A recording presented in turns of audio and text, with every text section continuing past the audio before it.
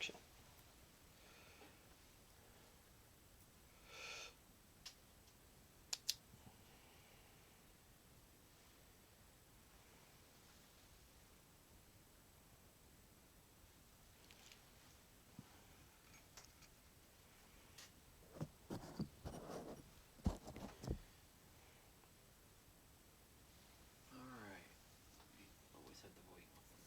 I think it's down. It is now? Yeah, I think I turned it down from the last time I was using it. Alright, we got 27 people on. Okay. Alright, good. You can start. Mike Hawkins says hi. Jody Severance says hi. I think it's G-O-D. He said Jody. He said Jody? I thought it was G-O-D. Alright. Alright, what's up, guys? How's everybody doing? Which camera are we? This is weird. Both of the cameras are lit up. Yeah, you're on this one. Okay, yeah, but usually I can tell by which one's lit up, but that's cool. You can tell by looking at that gigantic screen. Well, yeah, right there. yeah, right. How's everybody doing? Can everybody see me? Can everybody hear me okay? Audio input looks good. Okay. I can actually monitor all that stuff on the new software. Yeah. Hey, what's up, Terry? You see the bars that keep shooting up? Mm-hmm. That's us talking. All right, guys, let me know if you can see and hear okay. Hey, what's up, Ed?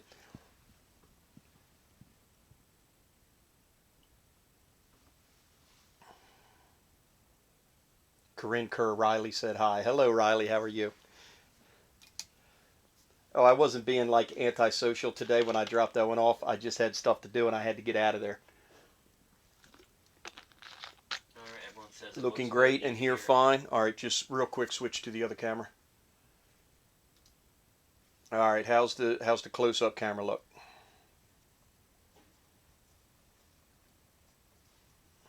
We got it. Oh, that was nowhere near as much of a delay. All good, looks good, sounds good. Okay. All right, I'm going to go back out to the big one. Oh, the close one looks real good over here. Yeah, it does. Yeah, it does. Okay. Well, what can I say? Oh, yeah, what can I say? Okay. All right, guys, how y'all doing? It is Sunday again. We're with you again this week. We've got a pretty cool night on tap for you. We are doing midges. We're going to do a bunch of midges. I've got like 7 patterns prepped here. So, I mean, they're midges, so it's not like, you know, we're doing game changers, so you can bang them out really quick. But this is basically going to be just about every midge that I fish with. And we used to do a lot of wintertime fishing, and midges are very important in the wintertime, but they're also very important all year round. Anytime you're on a trout river, midges will be available. Now, if there's, you know, golden stones or March browns or sulfurs coming off, they're probably not going to mess around with midges too much, but they're always there. They're always available, and the fish at times will always be eating them. I want to give a shout out to our sponsor this week. We're sponsored by Ed's Fly Shop. Ed's Fly Shop is located out in Montrose, Colorado. You can find them on Facebook, edsflyshop.com, Instagram, edsflyshop.com. Their phone number is 970-372-2395. Ed is a fantastic guy. They are actually our #1 dealer for Nor-vise products. He runs a great shop and a great business. So if you're out there, check him out. He kind of gave us the keys to the castle today for the product. So he says, I don't care, you know, whatever you guys want to do, go ahead and do it. So I don't know, Ed, you might be careful when you do that. But we're going to be nice. So Ed has, by proxy, volunteered. We're going to give away, for every 50 shares, we're going to give away a Nor-vise bobbin tonight. So share this early, share it often. If we get 50, we'll give away 1. If we get 100, we'll give away 2, and so on and so on. So for every 50, we're going to give away a Nor-vise bobbin. Hey, Patrick, what's up? I called you today. I'll give you a shout tomorrow on my way home from work. All right, so we got our sponsor taken care of. You can see the logo there behind me. We're going to talk about... Grant. I saw him. And we're going to start that already. Normally that's in the private. I was going to say, yeah, normally that stuff doesn't find its way up on here, but it's all good. So now I lost my train of thought. And Brittany's commenting back to him too. It's, so all right, let's get to tying. So midges, midges are a super important food source and pattern. And like I said at the beginning, we used to do a lot of wintertime fishing, and I love wintertime trout fishing. We don't get to do as much of it anymore because typically this time of year now with the business, we're traveling around doing the shows. So I think we would have been in Edison or in It Marlboro was this weekend Well, I'd have been in on a Marlboro. You normal would have year. been in Virginia. Okay. This year. Yeah. This So weekend. Instead, I got to duck hunt. So. yeah, yeah. So we're we get to do some different things now that we're not traveling. So we did get out on the water last week, and we did catch a couple fish. I did catch fish on one of the patterns that we're going to tie here tonight. So if you want to get into this, a couple of suggestions. There are a couple of books out there. Midge Magic. This is a great book. This one I saw him articulated zebra midge. This one goes. This was done right on the Yellow Breeches, right in Central PA, and they use the embroidery floss and all the different colors of embroidery floss for all the different patterns in this book. And it's a really good and informative book. This is one you should check out. And then one of my favorites, and this will tell you how important this is, Modern Midges, right? Okay, so check this out. That's how thick that book is. And on every page, there's step-by-steps, and then there's catalogs of different midge patterns.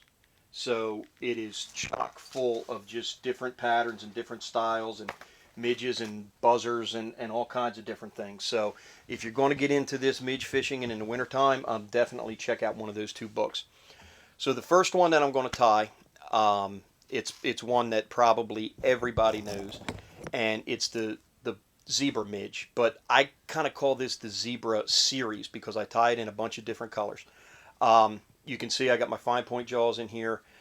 This is a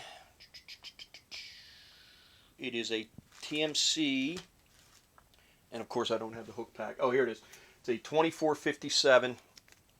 This is a size 16. This is probably the biggest that I would tie this in. Generally, when I was doing it a lot and I was tying a lot of midge patterns, I would go down to a 24.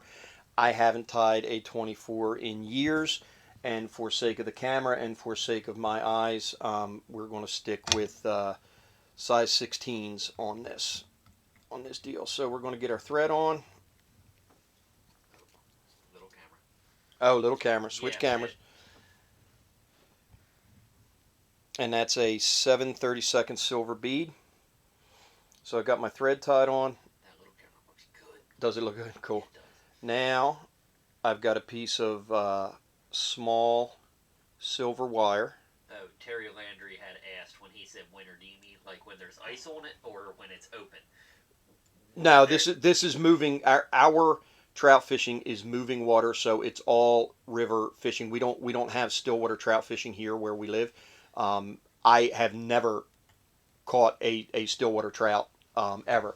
So this is all moving water. Obviously, the water has to be open in order for us to fish these patterns. But typically, we will either tight line them, or we'll fish them under an indicator rig, or we'll even do dry and dropper sometimes in the winter when the water gets really low and it gets really clear. You can't get close enough to them to do a tight line rig or a Euro rig, and an indicator will spook them, so we'll actually do dry and dropper. These patterns are simple. Usually there's not a lot of material to them.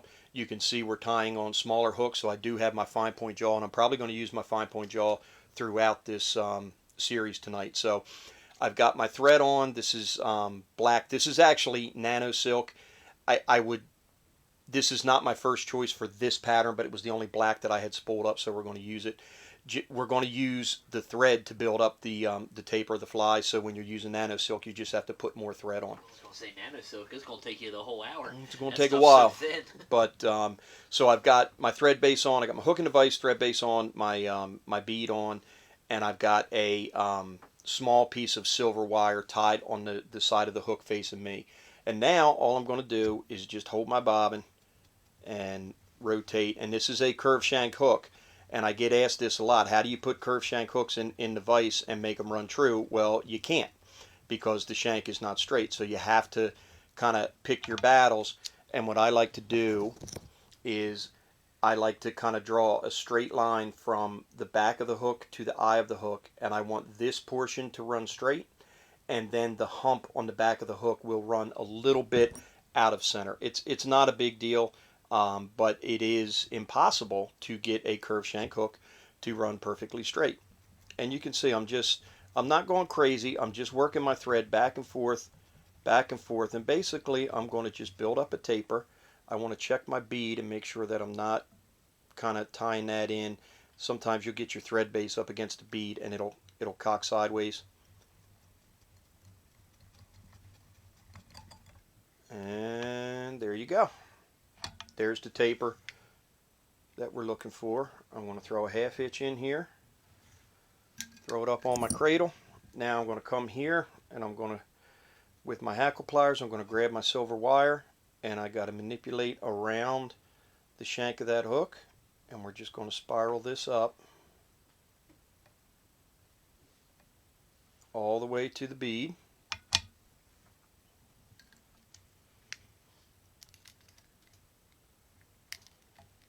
I'm going to get a couple of good tight wraps behind, a couple of good tight wraps in front, and being as I'm doing wire, I'm going to repeat that twice. 3 good tight wraps behind, and 3 good tight ones in front, and then I'm just going to helicopter this off. Okay, now a lot of people will fish this pattern just like this. They'll whip finish and they'll call it done, and that's perfectly fine. I like to add, just to cover up that kind of that tie-in spot with the thread and all that, and you do not need a lot. I've got just a very little bit. This is just standard black dubbing, and it is a little bit, a very little bit, and I'm just going to pinch it on. I'm not going to dub this like normal because that's it. And then I'll use the vise, and I'm just putting that collar on right behind the bead, and all that does is just cover up that kind of that ugly tie-in spot where you tie off the wire and all that. And I'll come in here and I'll give it 2 3-turn whip finishes, and whammo, that's it. There's your black zebra midge. That's a size 16. I'll tie that down to a size 20, 24 maybe. I don't tie 24s much anymore. So there you go. Now that's the pattern that everybody knows and loves, the black zebra midge, and I fish that all the time. Okay, now the second one, same hook, same size bead, but we're going to go with a gold bead on this one.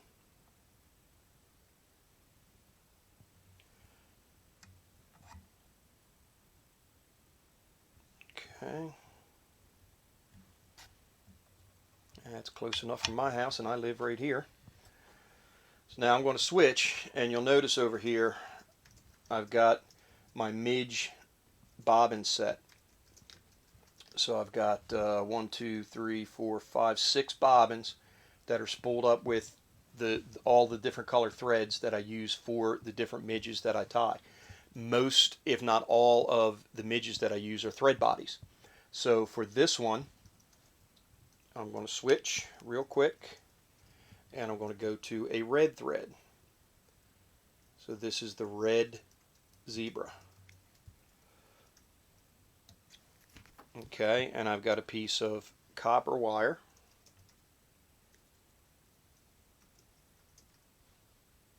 Who are you talking to over there? Commenting stuff. You're pecking on that thing like you're a woodpecker. All right, and I got the wire tied in, and I always tie the wire in first, because you can get sometimes these patterns are so small, you can get like a wicked little bump right there where your wire ties in. And that's fine because we're going to lay all the thread on top of this um, to build the taper. So if you build the taper first and then you tie your wire in second, you're going to have that nasty little bump right here. It does not affect anything. It's not going to hurt anything. It's not going to hurt the way that the fly fishes. It just doesn't look great. And you know, the deeper you go into this, the more that you're going to want your flies to look good. So little tips like that will help you out a lot. And we're just going to spin this thing. Like my buddy Shannon says, we're going 88 out the gate here. And this is obviously a much thicker thread because you saw how fast and easy it was for me to build the taper. And that's it. That's all the thread body that I need. So why didn't you just put the wire just up into the bead? I did, but you can't see it on this side. And on this one, I didn't. Sometimes I do, sometimes I don't. Either way, if you do it up inside the bead, if you put the wire on after you build the taper, you're still going to get that kind of that line of the wire. And I don't like the way it looks. So I put the wire on first and then wrap all the thread over top of it. Then I don't have to worry about it. Okay, so I'm going to grab my wire. Sean Maynor showed up late and said, "And what did I miss?" And Brittany commented and said, "Tim tied an articulated zebra midge." I hope he doesn't think he that said, that's... "I'm going to go back and watch." Well, you're going to be disappointed, my friend. All right, we'll wrap this right up to the bead, and then my auto bobbin, and whammo, I'm right back in and ready to tie. And we'll go 3 behind, 3 in front, and this is a thicker thread, so that should be enough. And I'll just helicopter this wire off of here. Boom. Put that in there without throwing out my hackle pliers because I had to dig them out of the trash the other day. All right, and then we're going to come in for the collar on this one. I need to get down in there. These dubbing dispensers are great until the dubbing falls down inside the little box there and you can't get it out. And this is just, again, a very, very small pinch of hare's ear number 1. And we're just going to put a little collar on there. And that just covers up that ugly spot.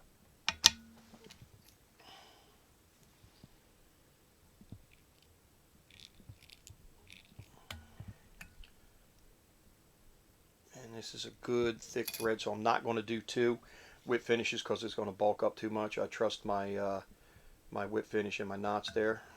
So we're going to call that one done. So that is the red zebra midge. Okay, so we've got the black, which is going to be a black body, silver bead, silver wire. We've got the red, which is going to be the red body, gold bead, gold wire. Okay. Now we're going to do number 3.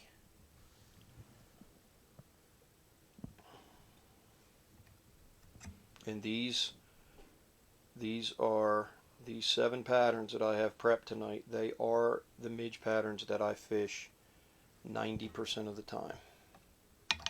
Okay, now for my next one, I've got a thread color and UTC, and I don't tie with a lot of UTC thread, not because I don't like it. They make great products. We've just been tying a lot with the Semperfli products. But UTC has a whole line of threads, and they have different names to them. This one is called Watery Olive. So water like the river or the pond, Watery Olive. And it's kind of a light olive that almost looks like it's wet. And when you get it in the water, it kind of changes color. And this is one of my favorite midge bodies, this UTC Watery Olive thread.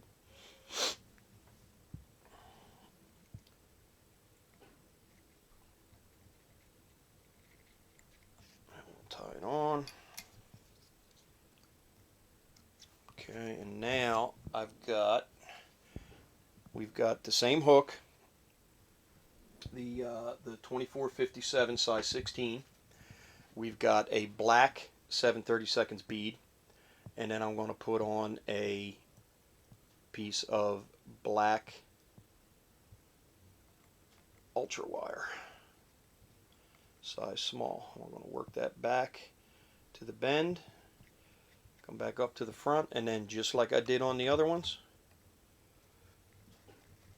we're just going to start working this up and down and up and down to build our taper. That red thread must have been like 3/0 or something. That stuff built a taper like really fast. This is why I love, this is one of the things I really love about the vise.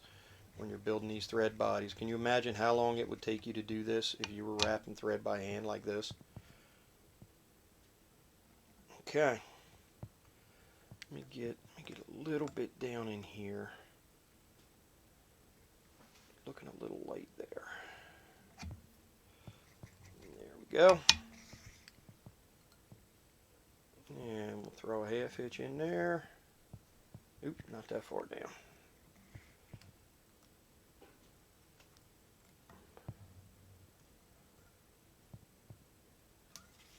Okay. Aqua pliers. We'll grab this black wire. Alright, we're up to 76 shares. 76 shares. That's All right, not too guys. bad at 21 minutes in. Yeah, come on. Let's get into Ed's pocket, guys. He's watching Oh. too. He's like, shut up, man. Well, Ed just commented. He said, "This is great timing. My wife is learning to tie flies and was working on zebra midges all day." She's Well, there you enjoying go. watching this." Hey, Ed, what vise does your wife tie on? Ed's wife, contact us. I mean, we send packages to them all the time. Yeah, I so- know. 3 behind, 3 in front. Ben Cleveland's on. Hey, what's up, Ben? 3 more behind. This is a thinner thread, so I do it twice, and then I can helicopter it off. And that watery olive color with that black rib on it. This is an absolutely killer pattern.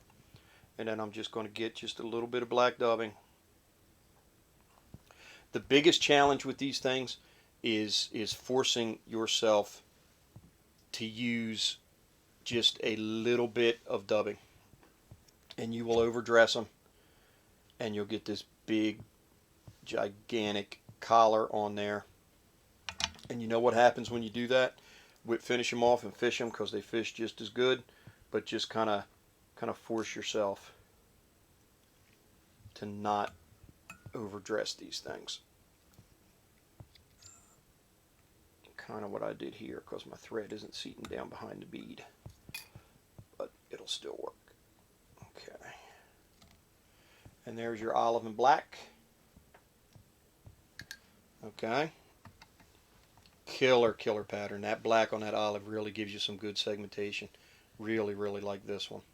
Ed said she's been practicing with an auto bobbin today. Nice. Nice. She didn't buy it from us.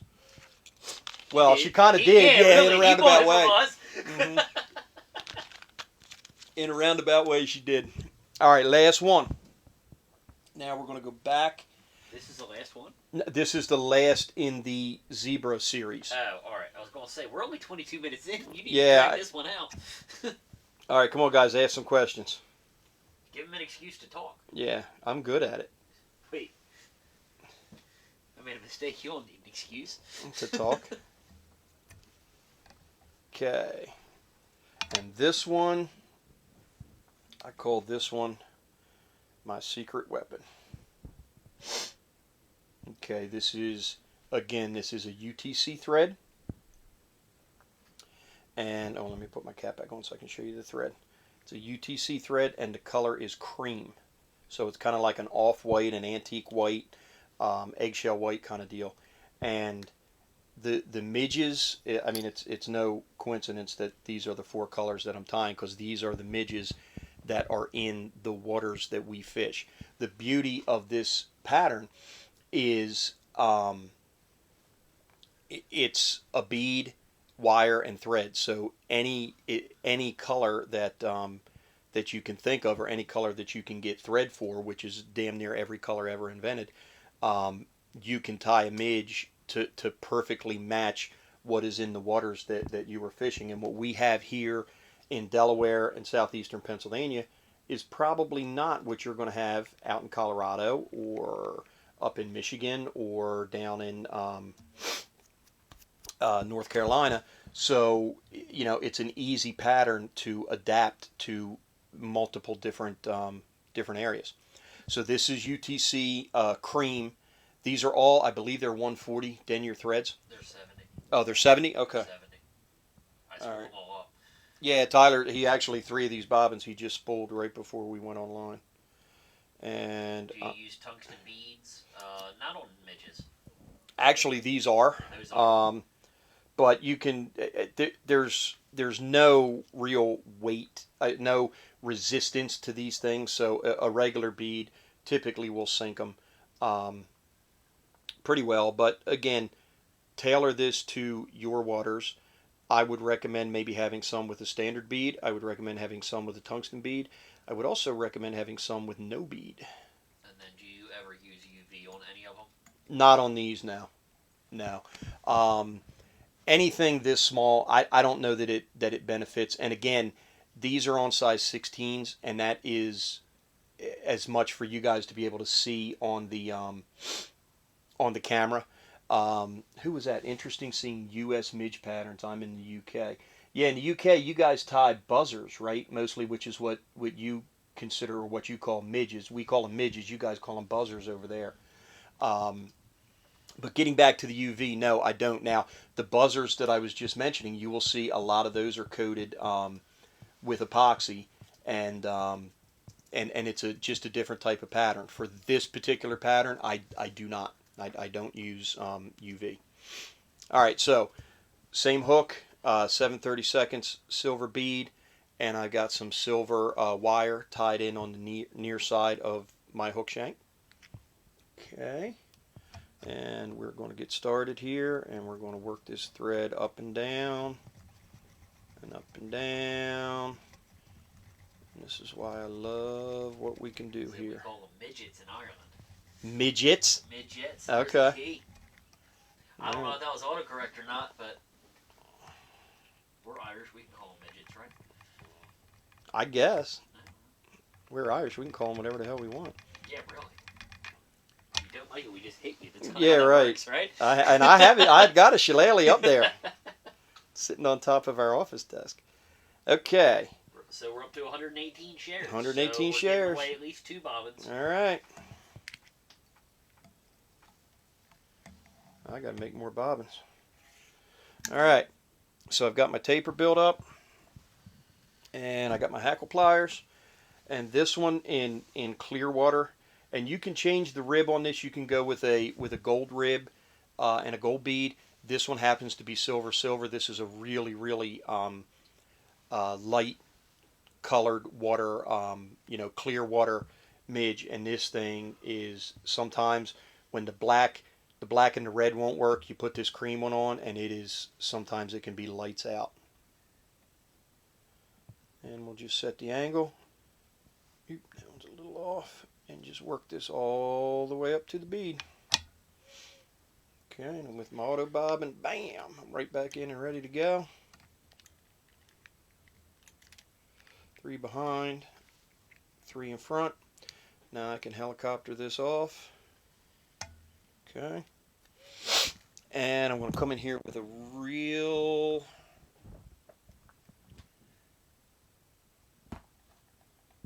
Bear with me.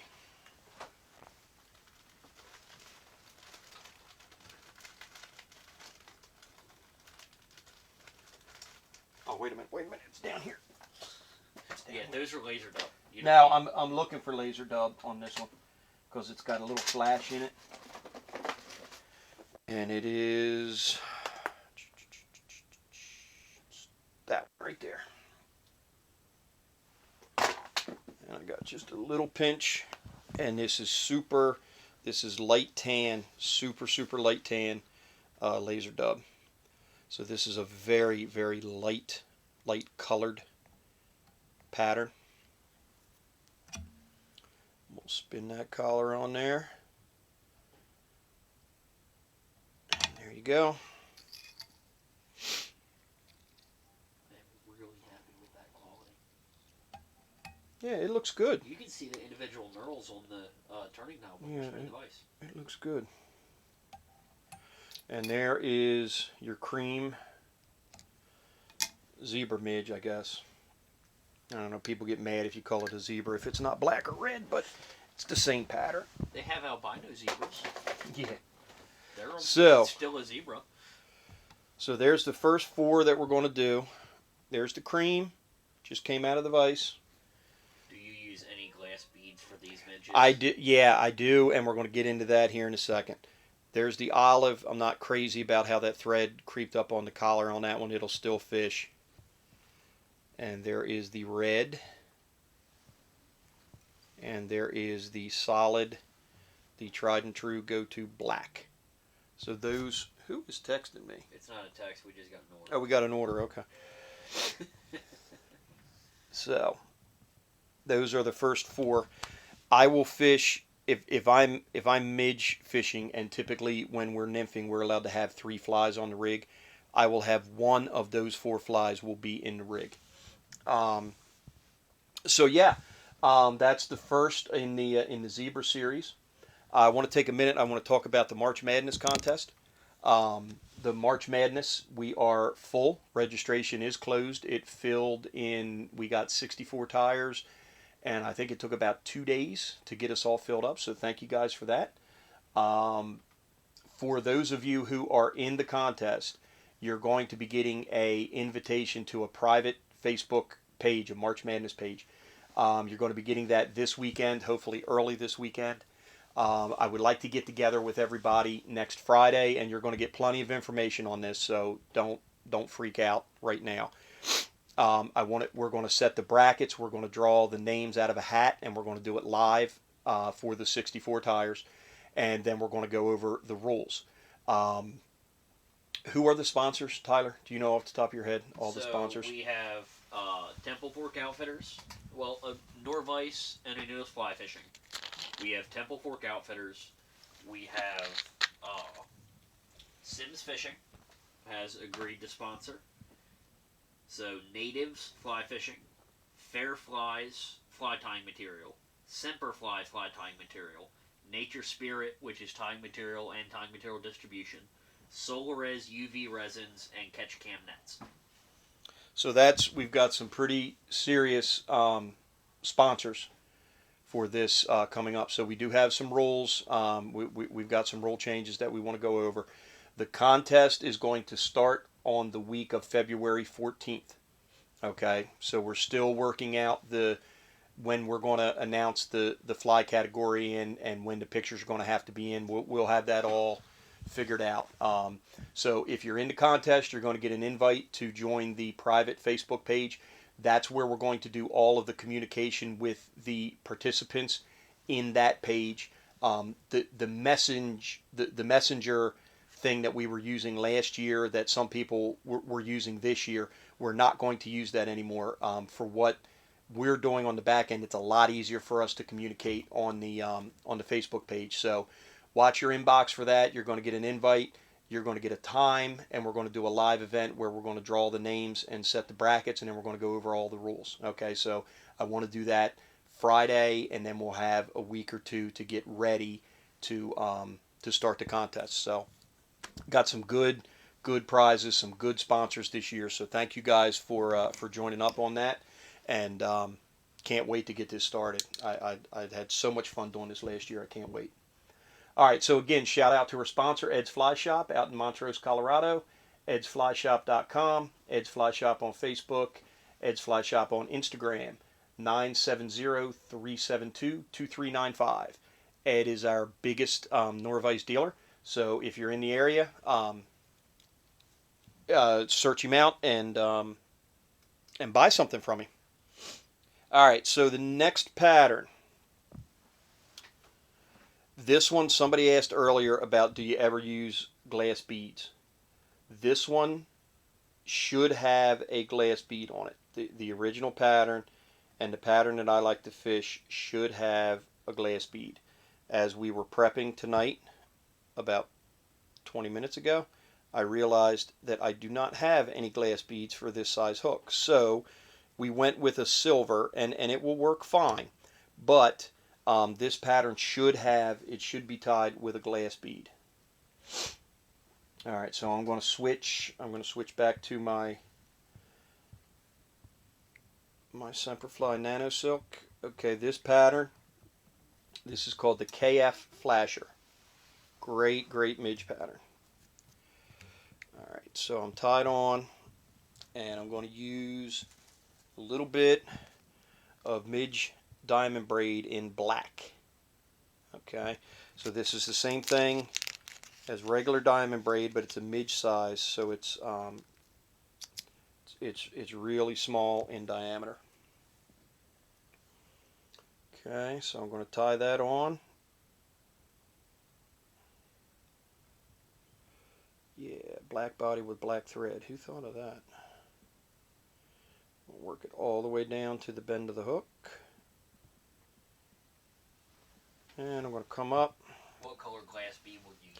It would be a clear glass bead on this one. Yep. And then I'm going to use, you can do this one of two ways. You can use the body material to build your taper.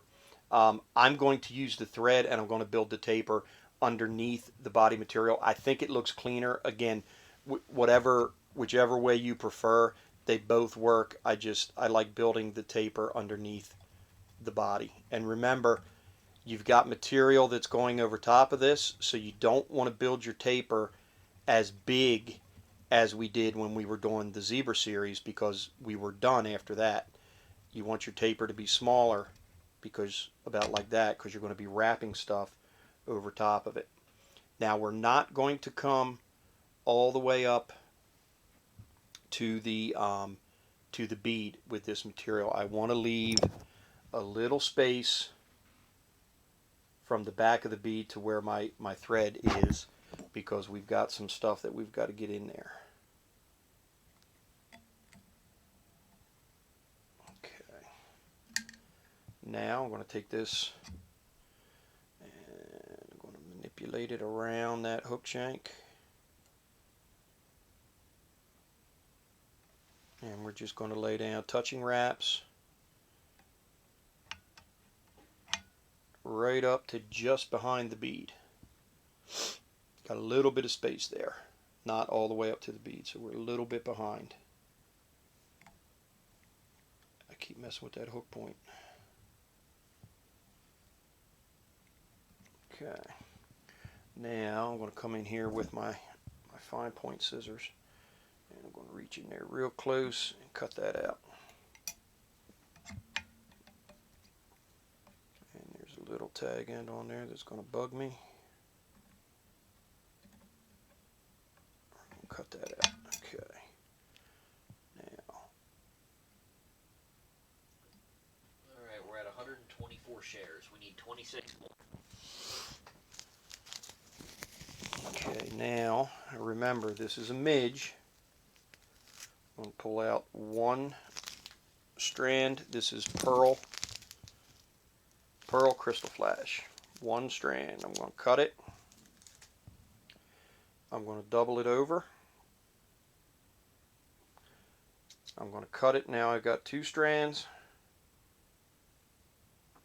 and I'm going to take that and I'm going to fold it around my thread.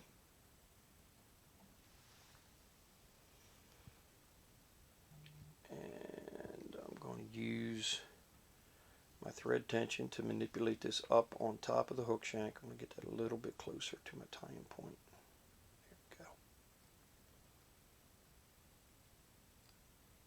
And I'm going to wrap back over top of that to about right there. Okay. And all this is going to be is just a little flashy kind of wing on this dude. So I'm going to cut the wing off. I want to cut it off about even with the back of the hook shank. Okay, so I'm going to take my scissors, and actually I'm going to use my fine scissors for this. That looks about good, and that's it. That's all the wing that you need. Come in here with a little bit. So are metal beads heavier than glass beads? Yes.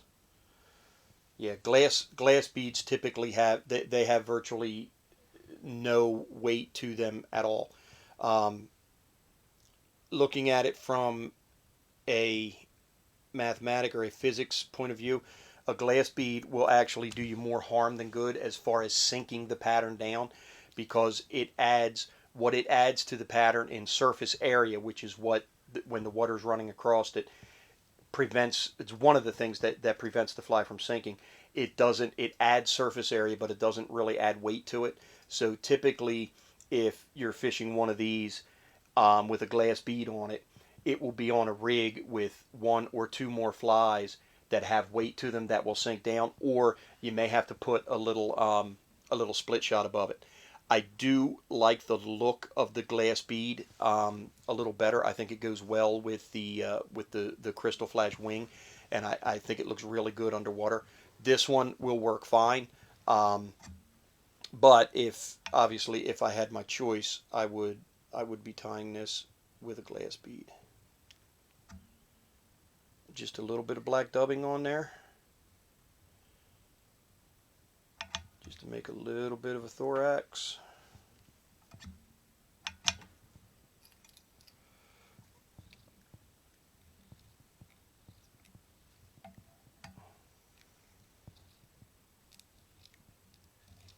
That nano silk is nice, man. It knots and it whip finishes, and it's good stuff.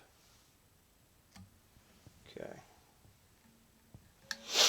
And there is the KF flasher. Little crystal flash wing, little flash in the body. On the thorax, you could use a black ice dub would be good with this. It'll add a little bit of flash to it, and the glass bead. And again, this is a cool pattern. Really good for low clear water, because it gives you the best of both worlds. It's dark, so it's easy for the fish to see even in clear water, but it's got a lot of flash to it too. So a lot of different areas where you can use this pattern and be successful. All right. Next one. This is without a doubt my all-time favorite midge pattern. And on our home creek, which is the white clay, this is about, I fish this, if I'm fishing midges, I will have it on the rig 100% of the time. If I'm midge fishing on the white clay, I will not fish without this fly.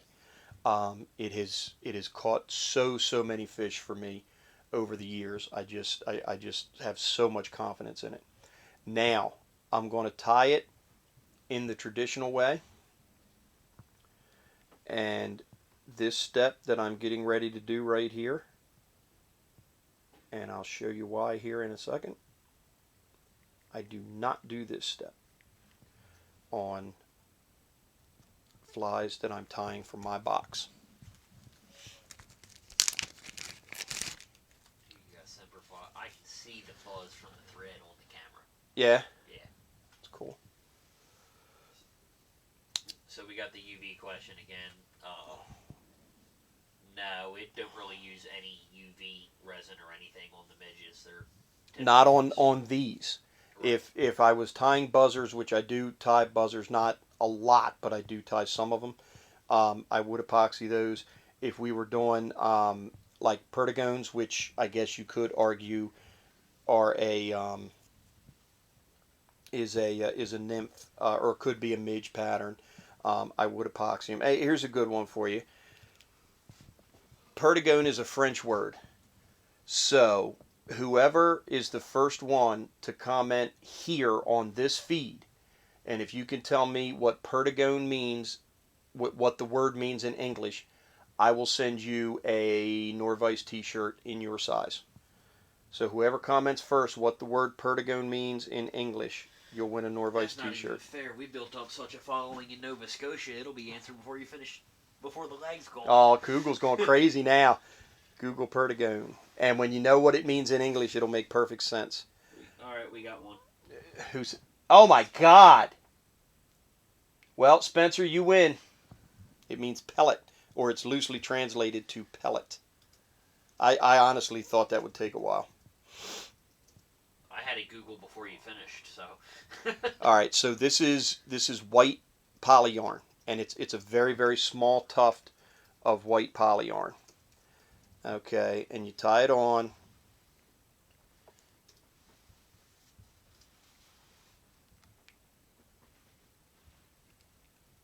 Okay, and then you got to reach up here and you got to clip this off, back end of it off, and then you wrap this down. Okay, and you get it to right there, and you whip finish it off. Clip that, and you slide the bead up front. And then you tie your thread back on, and then you start building the pattern. That is how the original is tied. I do not tie mine that way, and the reason I don't is a couple of reasons. Number one, it takes too much time, and I don't think, and typically you'll trim those off like that. I've fished them both with and without the gills, and I can't say that I've seen the gills outfish one or the other. That's the first reason. The first reason is it adds time to the pattern. Second reason is I haven't seen one work better than the other. The real reason is if you have this stuff going out the front, getting a 6, 5, 6, or 7x tippet through that eye is a pain in the behind. And that is the real reason why I don't do that. So the original one had the gills on it. The ones in my box do not have gills on them. All right, so for the body, again, Midge diamond braid. This package says pearl. It's the wrong material in the package. This is called blood red. Okay, so it's Midge diamond braid in blood red.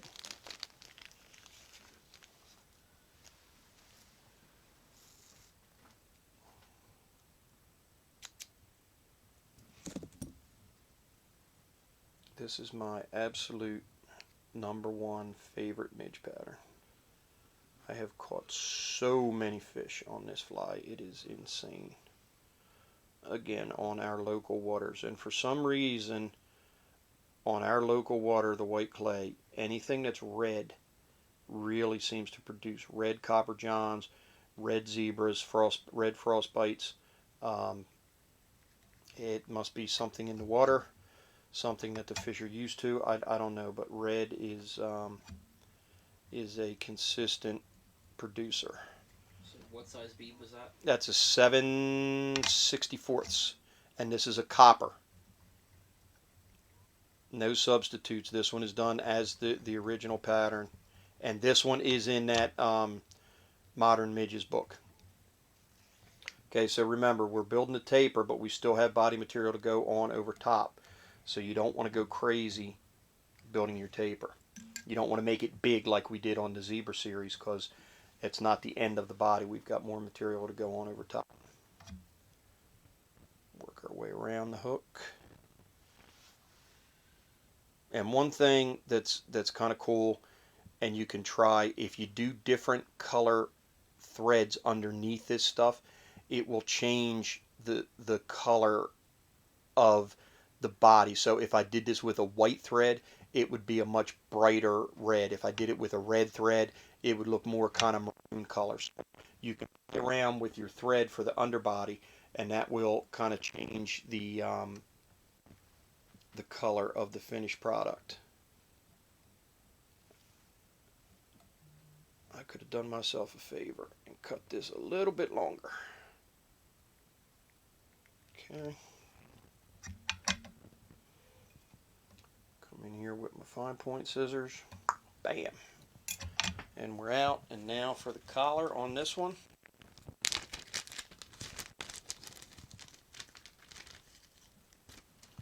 Again, it's a midge.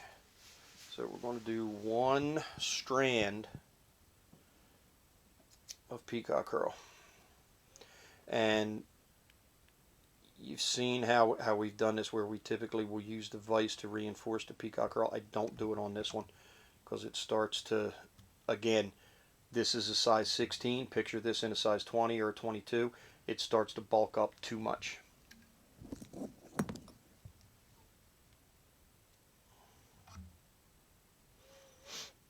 we'll just wrap a little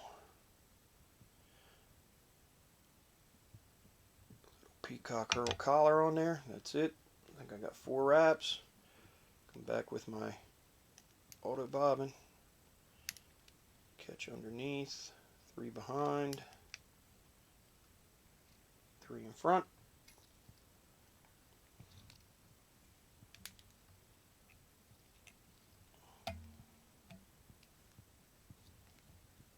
You could dub that with a peacock colored dubbing. I don't like it. I don't like peacock dubbing. It looks cool. It looks cool in the pack. In the water, it does not do what regular peacock herl does. It just doesn't change the colors in it, and it just doesn't, to me, it doesn't look right. Let me go in there and whammo, get that little tag end out. And there is the Frostbite Midge. That is my #1 Midge pattern. That's my American Express pattern. Don't leave home without it. Those of you that are over the age of 40 will understand what I just said. So, and again, this one I tied traditionally with the gills on it. The ones that are in my box will not have the white gills coming out the front. It looks cool. I haven't seen that it does anything as far as being able to, one doesn't outfish the other, and it just takes up too much time, and it's very hard sometimes to get to tip it through. And keep in mind, when we're fishing these in the wintertime, sometimes it's 20 degrees, so you're trying to tie 6X on with cold fingers, and it becomes a problem. So I don't put the gills on. All right, we're up to 147 shares. All right, 3 more. What time is it? Where are we at? 7:50. Oh, hell. All right. What? Well, I didn't think we were quite that far. I still got 3 more patterns to do. All right, this next one. This one is so easy. Caveman can do it. What size was that one? He's tying on a size 16 just for the sake of the camera so we can actually show it to you guys. As far as a fishing perspective, they would be tied on a size 20 to 24.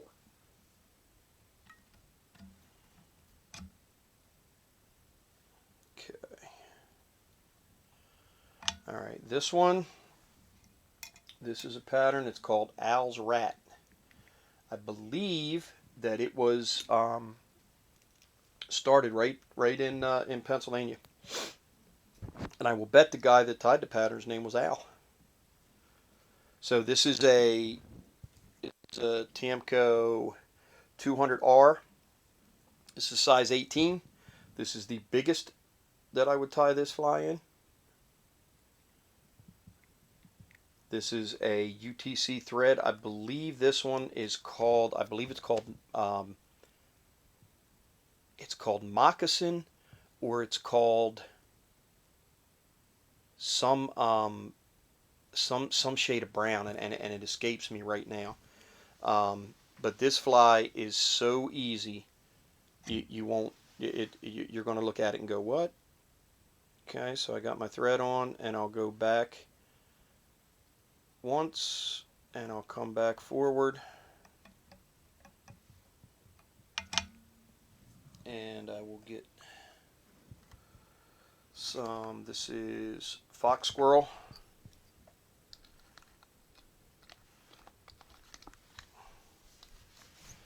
and a little pinch,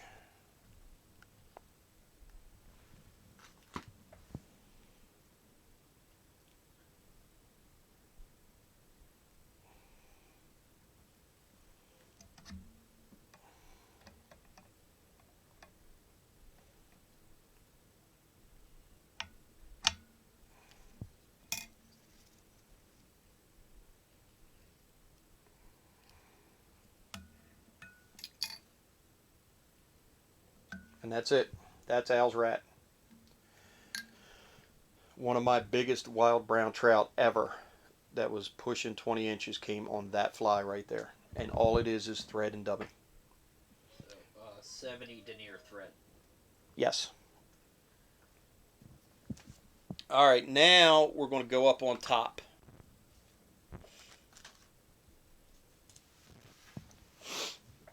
Is Braden watching? No, apparently they've got friends over. Oh, okay. They smoked tomahawk steaks on the Traeger. Oh, I want a tomahawk steak. We'll have the Traeger in a couple weeks. Okay, so now we're getting into real size. This is a TMC 100. It's a dry fly hook. And this is a size 20. And we're at 158 shares, so Okay. we're at 3 bobbins. 3 bobbins. And whoever got the question right about the Perdigone. He already messaged us. Oh, he did? Okay. All right, look, he wants his shirt. Well, I replied to his comment and told him that he won. That way we wouldn't get 1,000 comments saying tell it over and over and over again. All right. So that is a TMC 100 size 20.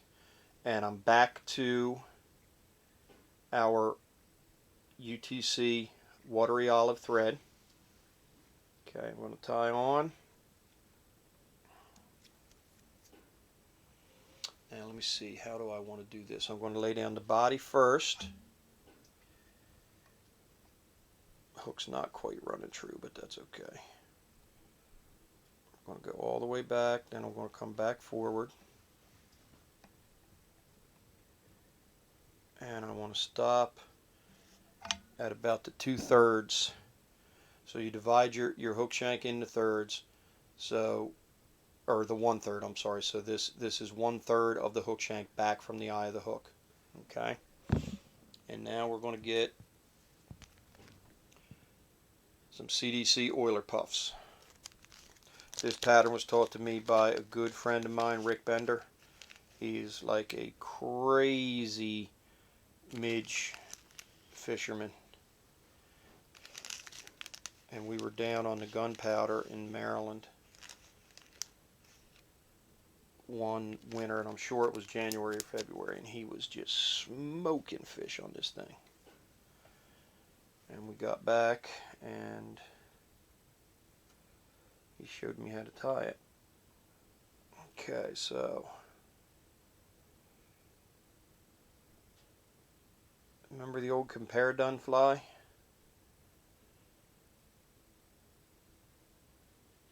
I'm going to do one loose wrap. Make sure that's up on top. And then I'm going to cinch that down. Okay, I'm going to get another one. This would make a killer blue-winged olive pattern as well. So remember, I put the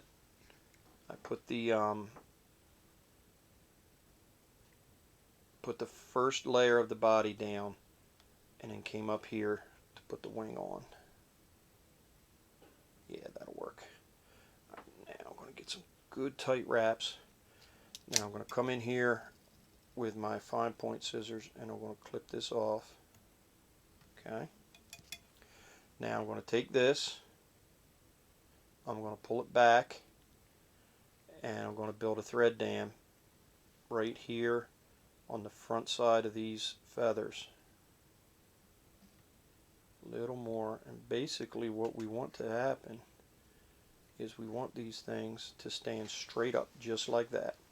Now if you want to, you could do kind of a gathering wrap, like if you were posting a parachute post, or you can leave it literally just like that.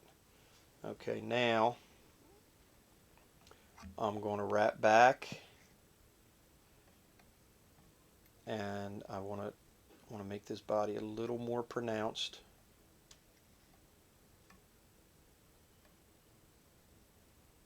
And we're going to wrap back forward. Okay, now I want that little area where I trimmed off the feathers. Just try to do my best to smooth this out best I can. It does not have to be perfect.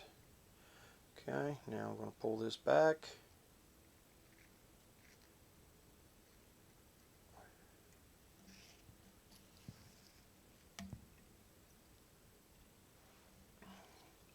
These wings are blue done.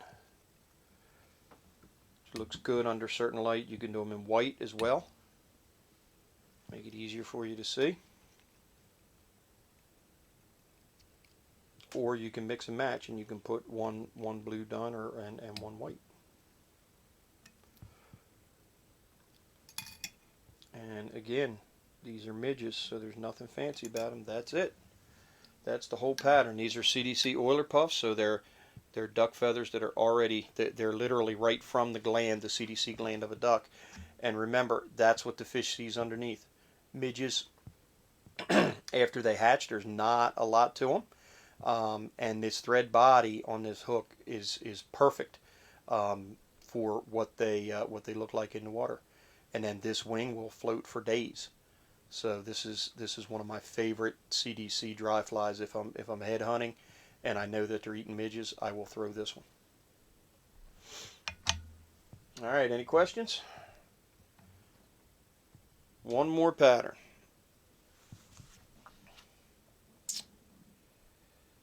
And I got to get this bead off of this hook. Okay.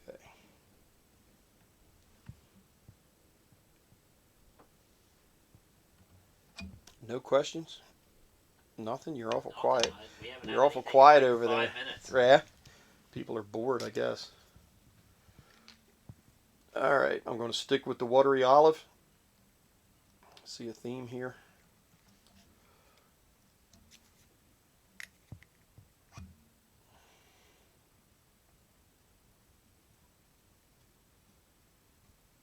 And we're going to just wrap this down into the bend. And I'm going to come back up.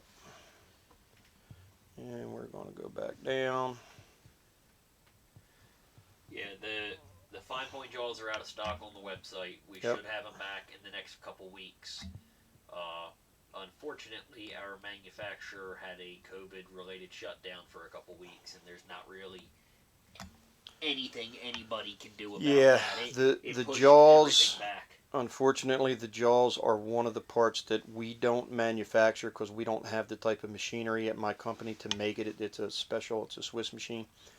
And the outfit that we use for doing the jaws, who have been doing the jaws for us for years, they've got some challenges. And we'll just say we had a spirited discussion on Friday. And we're probably going to have another one tomorrow, but hopefully in about 2 weeks they'll be back in stock.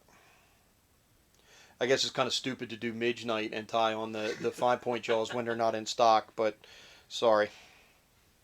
We were planning on having them in stock when we planned on doing this Yeah. night, but All right, so this is just a little deer body hair, and again, it is a midge, so you do not need a lot. This is a pattern that's called a Serendipity, and this, what I have right here, is too much. So I'm gonna thin the herd a little bit. You do not need a lot. Yeah, it looks about right. And don't worry about stacking it. Don't worry about the whether they're even or not, because you're going to see here in a minute, it's not going to matter. Now, I'm going to trim these butt ends, but I'm not going to trim them square. I'm going to trim them at an angle. Okay, and what I'm going to try to do is roughly match the angle that they're going to be contacting the hook shank. Okay, so I'm going to get a loose wrap, and then I'm going to pull up. I'm not going crazy with this, but I am putting enough tension on it. You can see it's flaring them, which is fine. so is there a substitute you can use if you don't have CDC for the last fly? No, it is a that wing is too far back. Hold on, bear with me. That the CDC, the Oiler Puffs are what make that pattern do what it's supposed to do. They land super soft. When you cast, you literally, you can almost count down as that thing's falling through the air like a parachute, and they don't disturb the water, and they do what they need to do on the water to make it, to make it look to the fish like there's a bug on the water. And I don't know that there's anything that you could use that you could substitute for that. So I had that wing on just a little too far back. What was the name of the last fly? The last fly, it's one of Rick's patterns. We just call it the CDC Puff. It's not a mainstream pattern. It's not one that, to my knowledge, has ever been published, and that's what we call it, the CDC Puff, or we just call it the Puff. What are you fishing? The Puff.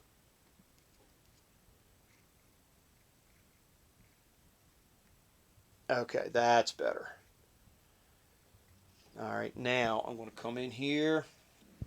Got a little bit of light olive, dry fly dubbing. Just a little bit. That's too much. You really got to fight with yourself to not dress these things too heavy.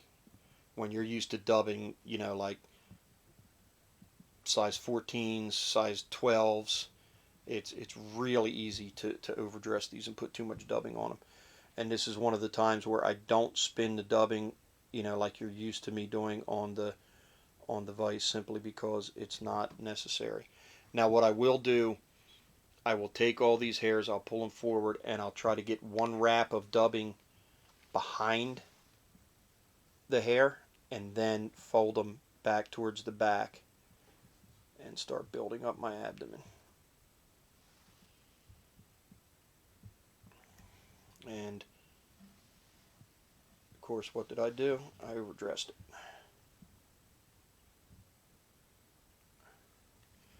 And we'll do a little finish there right behind the eye.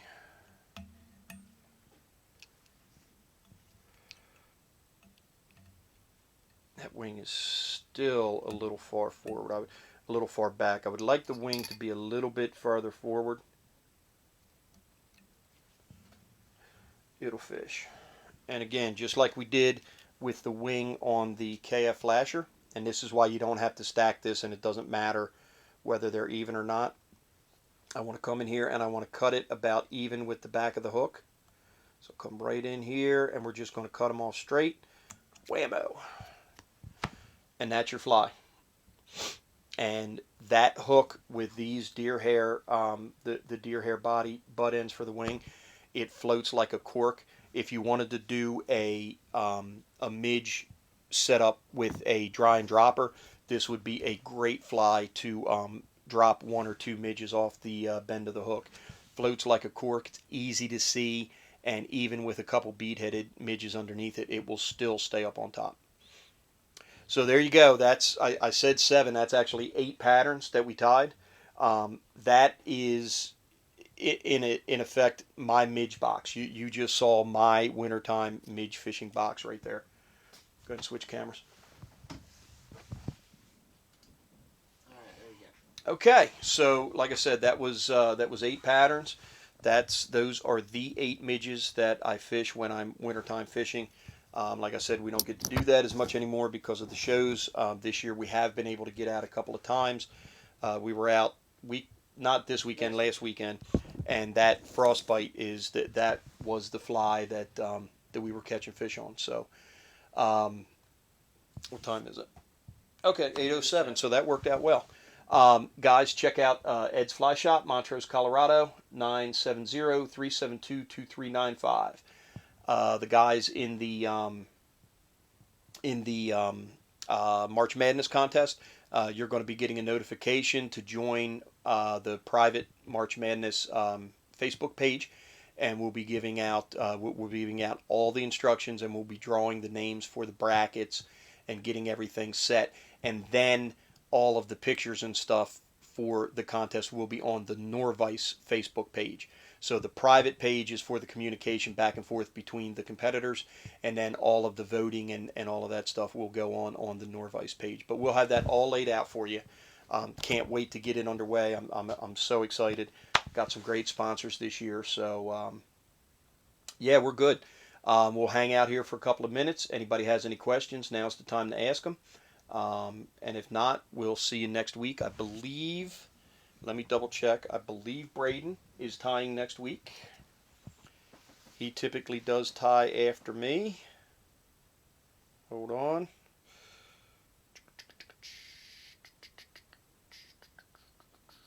Facebook Live. Facebook Live schedule. Today is the 20. No, what's today? Today's the 24th. Yeah.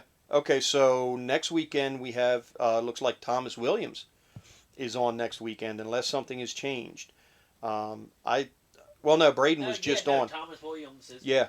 Yeah. Yeah, Braden was just on 2 weeks ago. He And then asking people what they wanted to do. that's right. Yeah, he's right. So Thomas Williams, he's a great. He's one of our Thomas is an ambassador now, Yes. right? And he's up in New Hampshire, No, I believe. that is Tom Weir. Oh, that's Tom Weir. Okay, Thomas Williams. he's out in Nevada, right? Yeah, he does a lot of big streamers, a lot of really really cool stuff. So he's a great tyer, and you guys that like seeing big flies, I have no idea what he's going to tie, but I know what he always ties is big flies. So he'll be on next week. So yeah, that's about it. I hope you guys enjoyed it. This will be up on our YouTube page tomorrow, and the video last week, the one that Brandon did, and I'm kind of and I think I'm going to have to get him to do another one. That video disappeared off of Facebook, and we don't know what the hell happened, to be honest with you. It was there Monday morning. I sent an email to the IT guy to go ahead and pull it and put it up on the YouTube page. He emailed me back and said there's no video there, and it just disappeared. So we don't know what happened. I don't know if Facebook took it down. I don't know. So unfortunately, we kind of lost that video, and they were some good patterns. Those Copper Johns with the soft tackle, that was pretty cool. So we'll get Brandon on again here soon, and maybe we'll get him to do one or two of those, and then do a couple new ones, and we'll get that up on the YouTube channel. But this will be up tomorrow, so if you have any questions, let me know, and if not, thanks a lot for joining us, and we'll see you next time. All right, I think that's it. Yep. So, Ed Levine says, "Thank you guys, great show." Okay, good. I'm glad you're happy. How many shares did we get total? Let me check.